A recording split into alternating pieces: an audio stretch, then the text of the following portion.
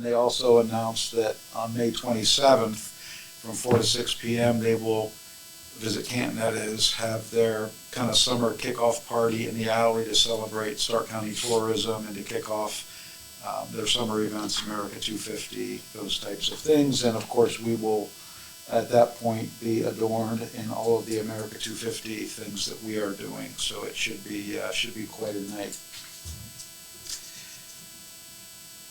Bringing back the utility box art. As I mentioned before, the school is excited about doing it. I've communicated with the people from Canton, or the person that was responsible for overseeing their program, got some good information. I've kind of proposed some themes because we're going to need to give the school some themes to work with. And it can be one of them, all of them, some of them, none of them.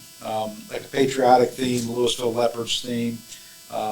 Maybe appropriately near the alley, umbrella alley theme.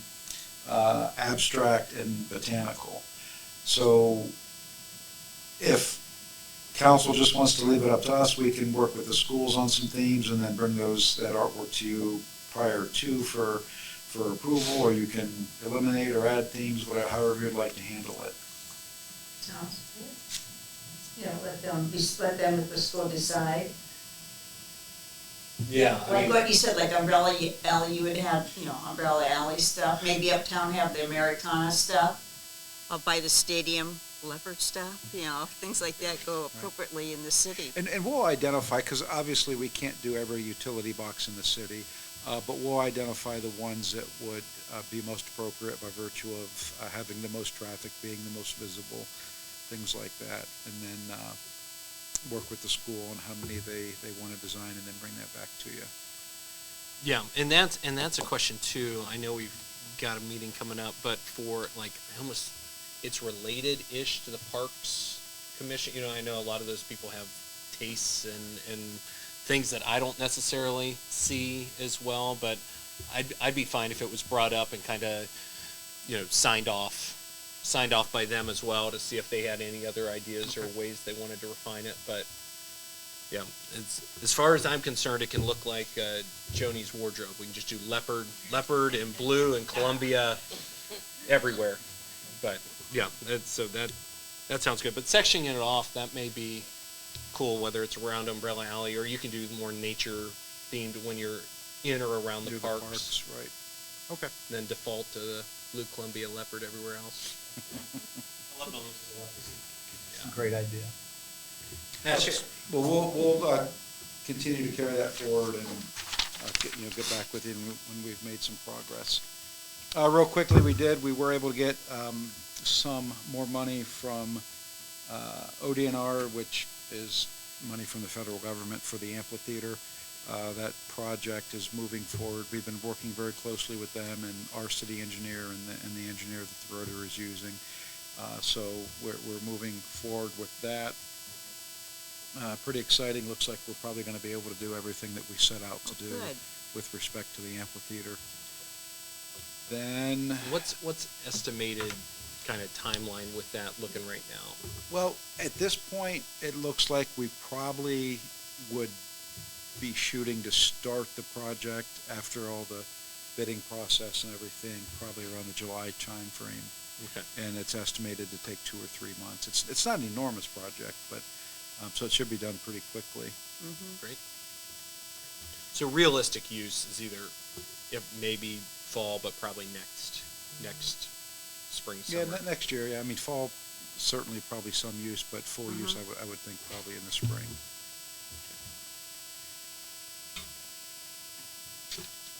And then City Hall. Can I ask Andy one thing? Yes. You can Can do I whatever you want. like Of course. the baseball and softball fields? I love the concession stand and the bathrooms that are there and stuff it's really well made and everything. It's going to be an awesome asset to the town. Do you know when we're going to be able to start to use the fields?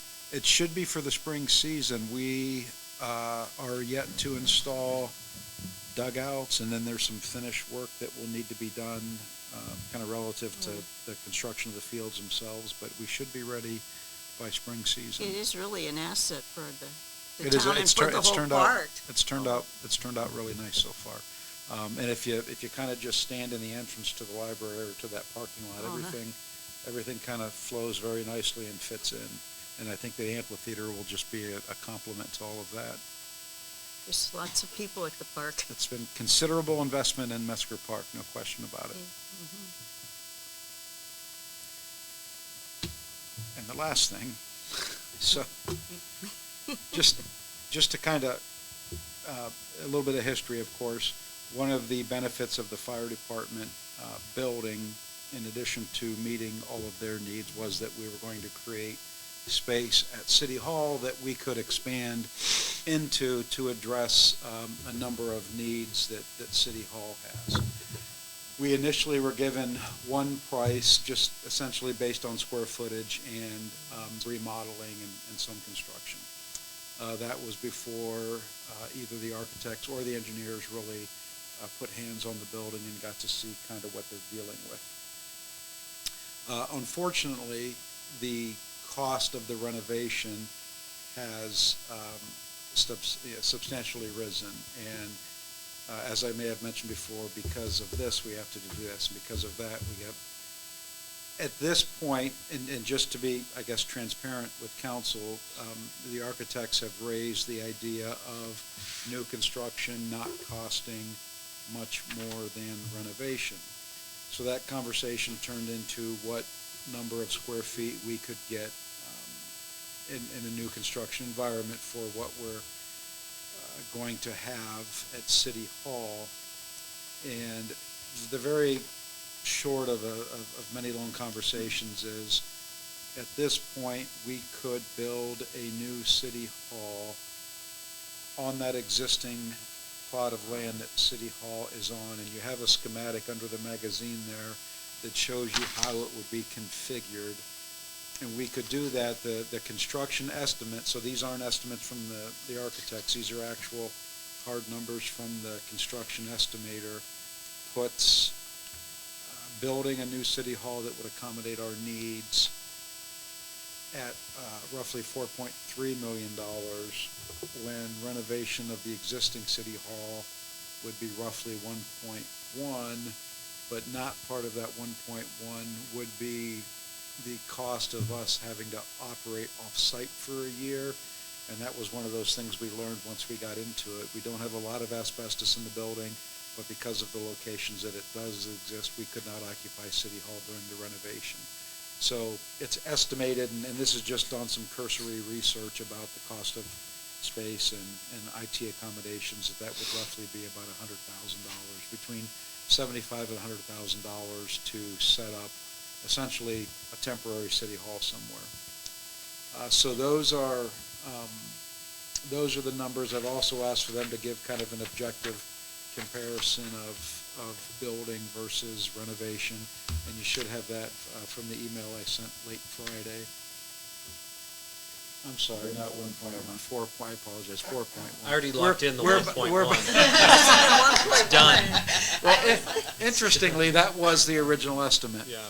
No, now it's 4.1. We're about $150,000 apart at this point.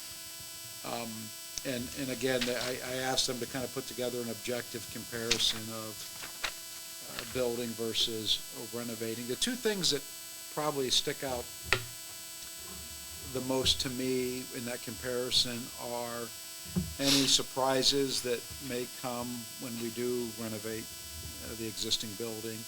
And then one thing that I don't think we gave a lot of thought to before, but efficiency comparison of a new building to an old building in terms of gas and electric. So certainly don't expect an answer tonight, but wanted to bring it to your attention, give you the opportunity to come up with any questions that you might have. But we're kind of at the point where we would need that direction to go any farther in this process.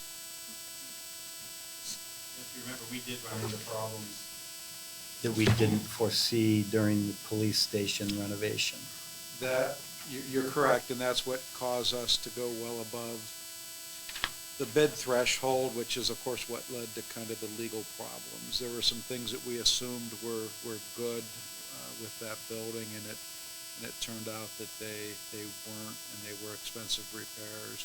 And actually, not to put you on the spot, Matt, but Matt recounted a story last week about a similar project in Rittman where they had some unexpected cost related to a renovation. Yeah, they're renovating the old public library. The library built a new branch. They're renovating the old public library to be the new city hall. And there was a concrete floor where they were going to put council chambers. They dug into it so they could run wires for all the microphones, and they found that all of the sediment, whatever's under that concrete slab had settled like 7 to 8 feet. So there's just nothing supporting this floor, and they had to figure out how they were going to support this floor. So it certainly happens, and yeah, it was an unfortunate time. So I guess what I would ask is if you kind of review the information, if there's anybody you want to talk to or any questions that you have, and we can bring answers back to you at the next meeting, and then if it's appropriate at that point to give us direction, or if it'll take more time to make a decision. Would it be appropriate to have, I don't know if it would be Hammond or whoever the engineer would be, to come and kind of just present, to kind of run through and have their, and kind of pros and cons both ways? We can certainly, as a matter of fact, the architect has offered that, so we can arrange that for the next meeting, certainly. That, I mean, Who I would is the feel better. architect? Horn and King, the same architects that designed this Okay. building. The ones from That's Columbus? right. Yes. You would be able to continue to work in the old building the whole time until the new one was ready? Is that- That's one of the benefits of building new, is that we wouldn't have to leave the existing city hall. And there's of course a cost to that we wouldn't incur. So yes, they are confident that we can remove the fire bay portion of the building, leave the rest of it intact temporarily while we continue to work, and then when we left, of course, raise that building. But we can certainly make arrangements for them to come, and they are obviously the experts, and provide you with any additional information or answer any questions that you have. And then I'd still like that. recommend in the meantime, if you do have any questions, we can try and get those answers in advance or provide them to the architect so they can address them at the next meeting. Okay, thank you. Thanks. Certainly. Anything else? I think that's enough. Joni, did you want to ask about the America 250? Oh, yes. A couple years, like a year or two ago, I was on some group of people that met with some people from Canton about the 250th anniversary of the United States is this summer. And then Umbrella Alley's gonna be all red, white, and blue, and we're gonna have that one flag in the middle, flag. Right. So that was Visit Canton. Visit Canton had come to Louisville. That's who we met with, and they, sometime following that point, they did provide grant money to us. That's in large part what paid for the Revolutionary War flags that will Right. go back up in May. I'm actually communicating with them now about the potential of them paying for the lights that we intend on putting on the decorative light poles. They, of course, will be holding their event in the alley in May, which at that point will be decked out for America 250. I think like maybe Rotary, like second Friday or something in July. So, Maybe. yeah, we intend to focus our 250 celebration at the second Friday in June, because the one in June. July will, of course, be after July 4th. So we Okay. intend to focus our celebrations on the second Friday in June, because that's, of course, when you'll have a large number of people Large downtown, people. and you won't be, of course, competing with a lot of other events that'll take place closer to July 4th. And then the Chamber intends to have their Chamber Fest also kind of America 250 themed. Okay. Thank you. I knew I had been reading the paper, like North Canton's putting a lot of effort into it, and Yeah, they are. I know we're Constitution Town. Drone, We have yeah. those wonderful banners that are up on the buildings, so. Yeah. So yeah, that's the direction that we're going, is focusing in on that June 2nd Friday. And actually, the commander of the committee, former Mayor Cynthia Kirshner, is here, and she plays a large part in all of what you see happening with Second Fridays. definitely. She's my boss there. I just follow her instructions on second Fridays. Yeah, I forget the exact day of the second Friday, but we're focusing everything on that evening, and then whatever we do with the decorating the downtown, that will all stay all the month of June, past July 4th. So, yeah, we're just going to do a lot of extra things with decorating and that night, you know. We have a band, we're hoping to do some really special things. Our costumes. Great. Thanks. Great. Andy, the only thing I was going to ask you about was if we decided or were able to submit any projects with Congressman Rowley's office. So interestingly, I got the official notice via email on Monday that it's due this Friday. So yeah, we did explore the application. We have, as a matter of fact, it's the City Hall project that there is a category that would fit into. Okay. I did leave messages for Eric Kennedy today. I want to just get some more clarification on a few issues, but we are going to apply for that, yes. Okay. Are we going to spend anything for the water and sewer? For I think the one that we had discussed was that like light filtration that would remove that one, the engineering's not done for yet. Okay. That's the engineering for that is happened for the UV for the treatment plant. That engineering's being done this year, so we're a little premature. Okay. Yeah. Okay. That's great. Right. Appreciate it. All right, Chief? Yes, thank you, Mayor. A couple things tonight. We got a generous donation from the American Legion Post 548, so I'll be handing that off to Matt, but I want to thank them for their generous donation to the Louisville Fire Department. Also, Caleb Parsons, who's at the elementary school. He was in the Stark County Fire Prevention Coloring Contest. He won that, and then he was also picked for the state also, so he got that. So Thursday at 9:45, we'll be presenting him with the fire department union went together, got a gift card for him, presenting that plus the thing that you're putting together for him, and one of the fire marshal representatives will be up here too, so we'll be going over there at 9:45. Is it like at the elementary, or is it, do you want us to come, You're welcome to come if you want to come, sure. walk down? Yeah, yeah, absolutely, yeah. What day is it? Thursday, 9:45 a.m. Yeah. Yep. So that's a good PR thing. So the other thing is too, obviously you know about this house fire that we had. It was quite large. Oh, yeah. It was devastating. So I feel terrible for the occupant, but we were able to get her cat. We did get her cat out. No one got hurt. No occupant got hurt. No firefighters got hurt. And we had a bunch of people there working. Did they find out was it the wood burning stove? Well, they're putting the origin around the fireplace, and we brought the state fire marshal in to do the investigation. They're going to put it as undetermined. Okay. Yeah.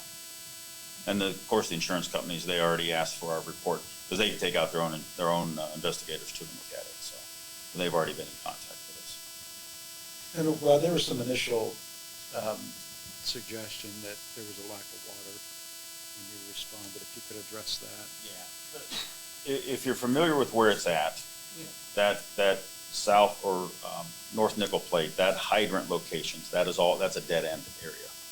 That last hydrant stops at Mid-Lake. We were 2 hydrants up from that, so we're still on the dead end of that. There's no loop or anything. That hydrant we had only provided 700 gallons a minute of water to us. We're flowing 4 hand lines at 185 gallons a minute. Then we try to put what's called a master stream, which flows about 500 gallons a minute. It's just not going to happen. You just can't do it. There's not enough water. So that's the reason we brought in tankers, to subsidize what we're flowing out of the hydrants. I had them bring in 5 tankers, run a route, and get our fill site on the other side of Main Street, so we're on a different area. There's a 12-inch main on Main Street. It comes down a little bit down the street a little bit to a 10-inch, then goes to an 8-inch, and then those last 3 hydrants are 6-inch. That's a 6-inch main running to those last 3 hydrants. That's pretty much why our water pressure is what it is right there in those three, plus it's a dead end. So I think the question was there any, were you impeded at all in your initial response as a result of that, or did you have the water? Based on where the fire was at the time we arrived, it was already exposed. We call it the Bravo Charlie side, which is the far corner. It was already up into the second floor, and it's a balloon frame construction, which means the 2x4s at the first level go all the way to the attic. It gets into that void, travels straight to the attic, which is exactly what it did. And once it gets in there, we had two interior crews in there, one coming from the back, one coming from the front. And they have thermal imaging cameras, and the heat going up the steps was 700 degrees. And you can't get into that type of heat. Your gear won't be able to let you do that. So they were only allowed to do so far, which is the reason it got into the attic, and that's how the roof took off. Yeah. And then with the wind blowing like it did, the exterior of the house was on fire. That's what caught the garage on fire. And the whole garage was on fire. Oh, that garage is Yeah. Nothing. We really didn't worry too hard about that, because after it caught on fire, it was pretty much gone. It's not gonna go anywhere, so that's when we focused on the house. So there's just water damage in the basement, and the front rooms have smoke and water damage. The fire damage is in the back corner and the second floor in the attic. Yeah, but like I said, as far as when it was going, when we got there, we could have had 2,000 gallons a minute of water at that time, and the outcome wouldn't have changed. We couldn't get to the seat of the fire. It was too hot. I appreciate you and the guys and the departments that provided mutual aid, just, professionalism and response. We appreciate it. And the communication afterwards, it's always helpful, because, stuff can spread real quick online that isn't truly rooted in fact. Right. But no, we've done our best we could do. you were awesome. Thanks, appreciate it. Anything else? That's all I have, thank you. Okay, Dave? Mayor, council, I just want to make council aware that we've been working with the developer with regards to some new housing. There was a development that kind of stalled on Windridge. If you're familiar with that area, Windridge and Reno. I think at that point they were looking at doing some type of condos, townhomes. Nothing's been developed. They brought forward a new proposal that we'll be looking at for a preliminary plat on Planning Commission next Tuesday night, which would entail 21 lots, 16 on the Windridge area, and then 6 across on the Reno, the north side, where they currently have like that three-story units right there. They would be single-family homes, 2-bedroom, 1,600 square foot homes, 2-car garages. That's great. Yeah. That's great. I mean, we were at the training on Saturday, and we talked about housing. Housing. And if jobs come, they want to know that the housing is there, and especially if we can get those nice condos and single family homes. I mean, that's what we want. Right. So good job. Keep them coming.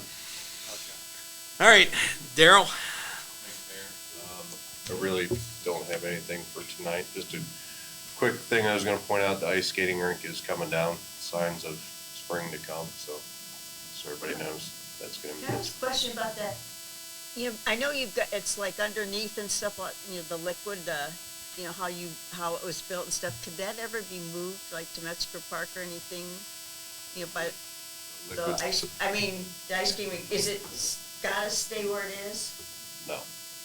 It's movable. Because the library, you can, borrow the skates for free. Correct. We've actually had conversations about building a pavilion near the library, because the biggest factor in it not being usable is rain and of course sunlight. Yeah. So we had a number of conversations about potentially erecting a pavilion near the library for that That'd be purpose. That would both be closer to where you rent the skates and then also protected from the elements. And we would no doubt get a longer period of time out of. I just think it would be used more. Like, Because it's an awesome, thing to have. Like where my grandkids live in Columbus, theirs is packed, but I'd like to see ours back. Yeah, it's just the unfortunate thing about ours is it's exposed to the elements, and when you have some of the ups and downs that we do with the That temperatures pavilion's a and the great weather. idea. Yeah. I brought a picture tonight, I don't know, again, you can see it, but in case anybody had any questions of why we were taking it down is the even as cold as it's been, even the moment the sun hits that thing, It's like slushy. what it does is the water thaws out. The lines that are inside of it, you can barely see them there, they lift up and they kind of surface, and then it refreezes. But then you have the lines are exposed at that point, so at that point, you're pretty much done. And then obviously the leaves and stuff that get in it. So like Andy said, yeah, just the simple fact that it can be 15 degrees outside, and if the sun comes out, it starts melting, and you're getting in trouble quick, so. Can't put it underneath the new amphitheater, can you? I'll leave that up to Derek. I think it's too big. But yes, I do agree that having it near the skates at the library is probably the ultimate goal, is to have that down there so it's all accessible. And then outside of the winter time frame, the pavilion could be used for other purposes by the library or anybody else. Infrastructure there for the Electric? Well, depending on location, I guess, so yes. We actually just did the electric for the concession stand. If you're looking at, if you pull in the parking lot and looking to the left there, where that shed is that the library has put in place, there's an electric conduit running through there. There's a couple of junction boxes there. Theoretically, you probably could pull off of that and go to a pavilion to run what you need. Okay, So it's nearby, I guess I'll say. doable. Yeah, anything's doable. Yeah, right. Great attitude. Darrell, the other thing I was going to ask about was the email we got from that concerned citizen, the road that, is it the school's property, is it the city's property? I think, were you on that, or was that just? I don't recall. Oh, that was just council, I think, was on Well, that. I was actually. I thought there I went was, down and took a look at it. It's where Bel Air dead ends there by the, Right. yeah, I'm Right sorry, behind I the thought high you were school. on that. Yeah, I'm drawing a So blank. somebody had emailed and said in the past they were told that's the school's property. They said it was causing issues because it was deteriorating, stuff moving into their driveway. That the road itself is a school property? Where the turnaround. Oh, Yeah, he was told that in the past where I guess it looks like a cul-de-sac, but there's really no Well, houses we on it can other than check. his driveway. Yeah, we can. If you could forward the email. Sure, and then yeah, we'll that would be, check and see. that'd probably be helpful. Yes. Oh, is that his driveway that crosses the bridge, but it's a private bridge, he goes over to Fifth Street, whatever that is over there. I'm not sure. I'm not sure which one's exactly his, but I will You know the forward. bridge I'm talking about. Yeah, Yeah, it'll be easy enough to find. I will Yeah. forward the email and then we'll look at it next meeting. Because if it's ours, like, of course, we'll take care of it, but I understand there's legal hurdles or things you can't do if you don't, we can't just do it for one, One not for, street not, or one. not for everybody else if it's not our, not our street. Yeah. There's no doubt about Yeah, that. we'll find out. and let you know. Thank you. Okay. All right, Chief? I've got all kinds of good news. Great. All right. So Friday, myself and some of the department attended the CPDA Awards Dinner where Officer Bob Rinkin received the Officer of the Year Award for the city. And he was also one of the nominees for the county for the Traffic Officer of the Year. So he got a certificate there. Last year, he wrote 908 traffic citations over the during the OBI task force grant, which resulted in 1,011 multiple different types of charges. So that was impressive. The other good thing I have to report is, if you remember, I applied for those 2 grants last year because our body worn camera system is obsolete. So I heard last week, we got both of them.